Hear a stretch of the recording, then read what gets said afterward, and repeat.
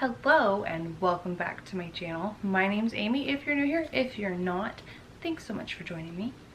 Today I'm going to do a video about spending freezes. So if you have never heard of a spending freeze, you're wondering what it is, or you're just wondering how I'm going to approach it, keep on watching. Okay, so first things first, what is a spending freeze? That is when you don't spend any money on anything that you don't absolutely have to have. So for example, Amazon purchases, grocery delivery that has a delivery fee, the new pair of shoes that you found at the store. Those are all things you don't need. So what you do during a spending freeze is you save money. Now, I have a couple of different goals for my spending freeze. One is to be more mindful, to help teach us, the kids and I and my husband, to be more mindful of what we're using, how much we're using, what we really need versus what we just kind of think we need, not wasting things like that. So that's my first goal. My second goal is to, quite obviously, save money. We have a few things that we want to do that we don't want to use credit for. So my husband and I have in the past used credit for things, and I mean, we could always pay our bills every month, but it was always like just kind of scraping by because, oh, well, we paid off this credit card, so now we can use just a little bit of it. And then before you know it, you've got, a $15,000 balance. I don't know that we've ever actually had it that high. Maybe, who knows? Anyway, the point is that we don't want to use credit, but we have goals for things that we want to do. So that is the second goal of the spending freeze. And the third goal kind of goes along with the first two. It's just to kind of form some better habits. On paper, we make enough money to pay our bills and have a not entirely tiny chunk of money to put aside every month for savings. That's on paper. In practice, our savings account is lonely. There's a few dollars in there rubbing themselves together, hoping to make more dollars, and it's not happening. That's why we're doing a spending freeze. Now, how are we going to do that spending freeze, you ask? I'm so glad you asked, let me tell you. Our plan is to cut out all non-essential spending by making weekly grocery trips, and only weekly grocery trips. We're not going to do the little trips in between here and there. If we run out of something midweek, that's it until the next shopping day. So we plan to do our shopping on Fridays. This video will be going up on the 1st, which is the first day of our spending free, the 1st of July, spending freeze, which is the first day of July. I'm filming it a few days before that. So I'll actually shop a few days prior to that on Friday when Tim gets paid. And then each Friday I will do a grocery trip. So I'll probably end up ordering online just because then there's not impulse buys in store. It's a lot easier to stick to only what you need. And then I will go pick it up. A lot of times I'll have Walmart deliver our groceries here just because I don't have to worry about going out and whatever else. But I'm going to pick it up because then I'm not paying that delivery fee.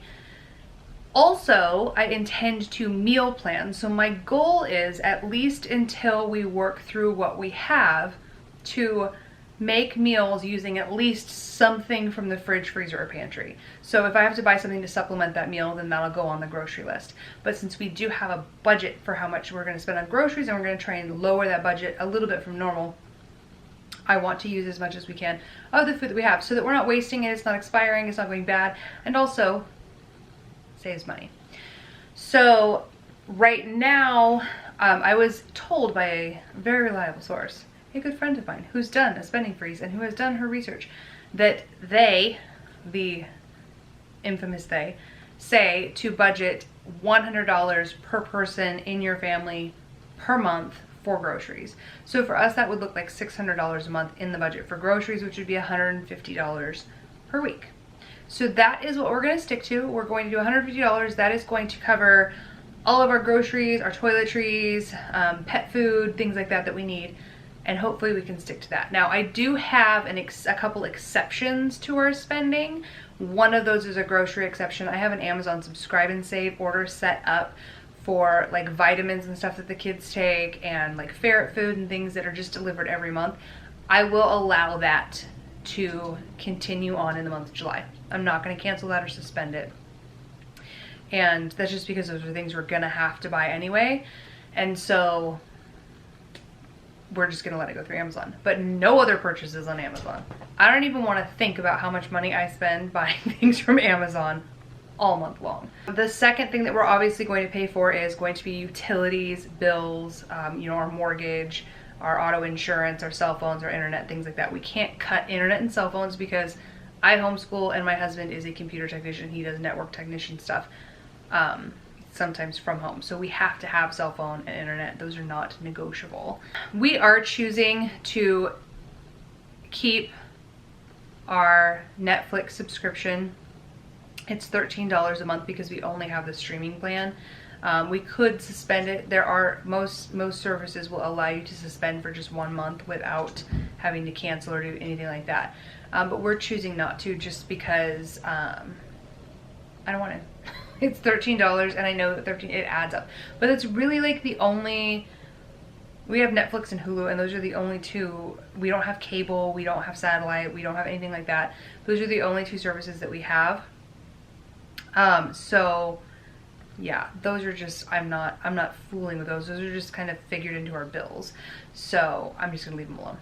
But a lot of times when people do spending freezes, they will suspend subscriptions, anything like that that's recurring, that's not an essential. It's not, you know, gas, water, electric, whatever is suspended for the month. We're not going that hardcore, but you can.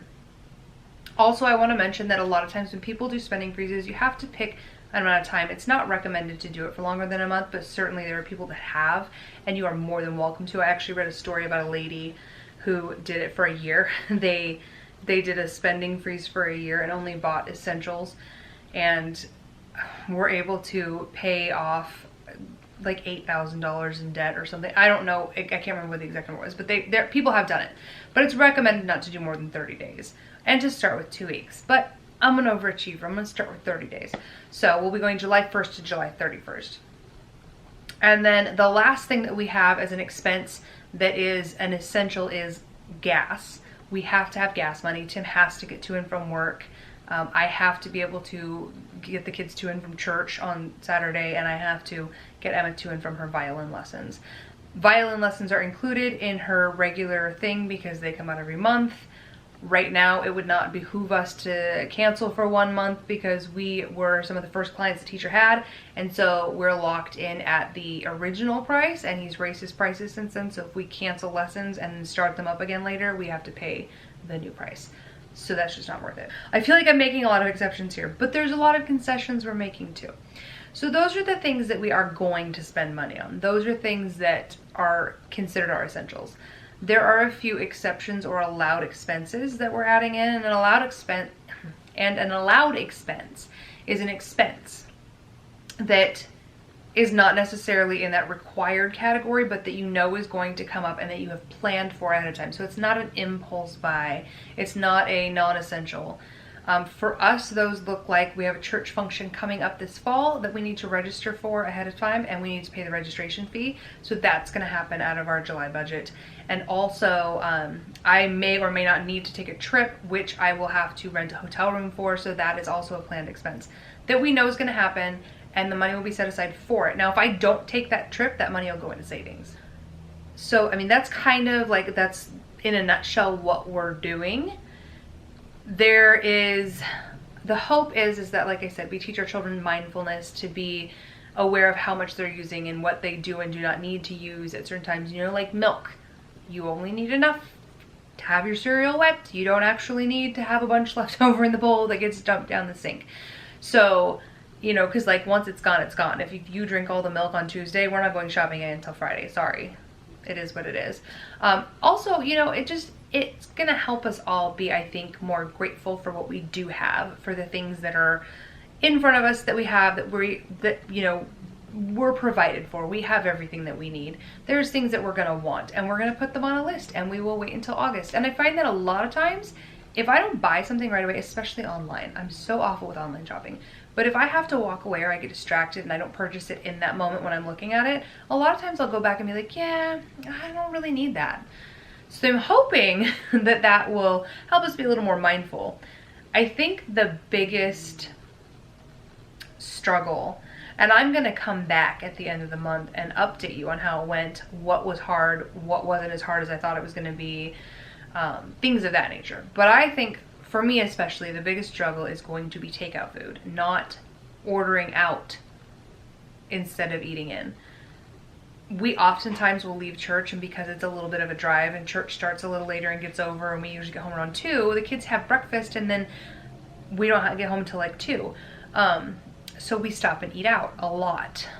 And that is no small amount of money when you're feeding 6 people. So I'm going to endeavor to pack snacks and things like that. And those will be the only snacks that we're purchasing, are things that specifically are for when we have to go out and be out for an extended period of time, we may miss a meal. I'm hoping that because my husband and I are doing intermittent fasting, that maybe we can resist the temptation a little easier to eat out.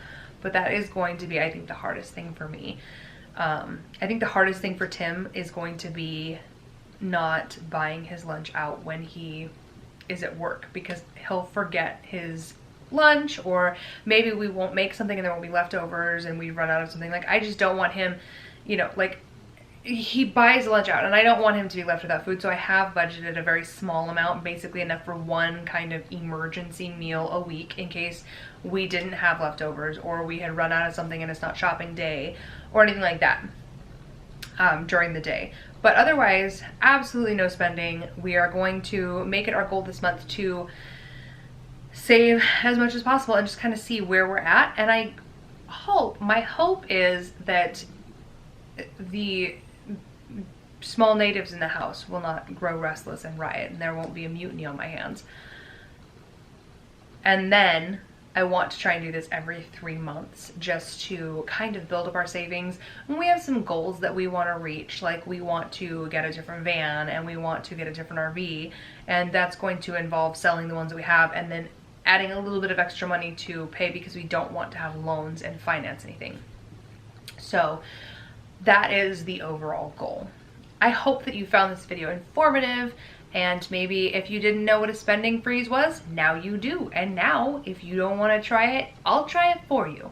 You can see how it goes, and I hope that it encourages you, if you're looking or on the fence, to try the same thing. So if you like this video or you want more videos, don't forget to subscribe down below. Leave me a comment if you've done a spending freeze. If it's something that you're thinking about doing, let me know what your thoughts on it are, or if you have any suggestions or recommendations. And if you are interested, I mentioned intermittent fasting. My husband and I are doing that. It's been fantastic for us. If you're interested in knowing more about that or seeing my progress, you can go check out my other videos as well, and then also subscribe so that you don't miss my updates. I do bi-weekly updates right now on my progress, and I will have another one of those videos coming up next week. So thanks so much for watching, and we will see you next time. Bye.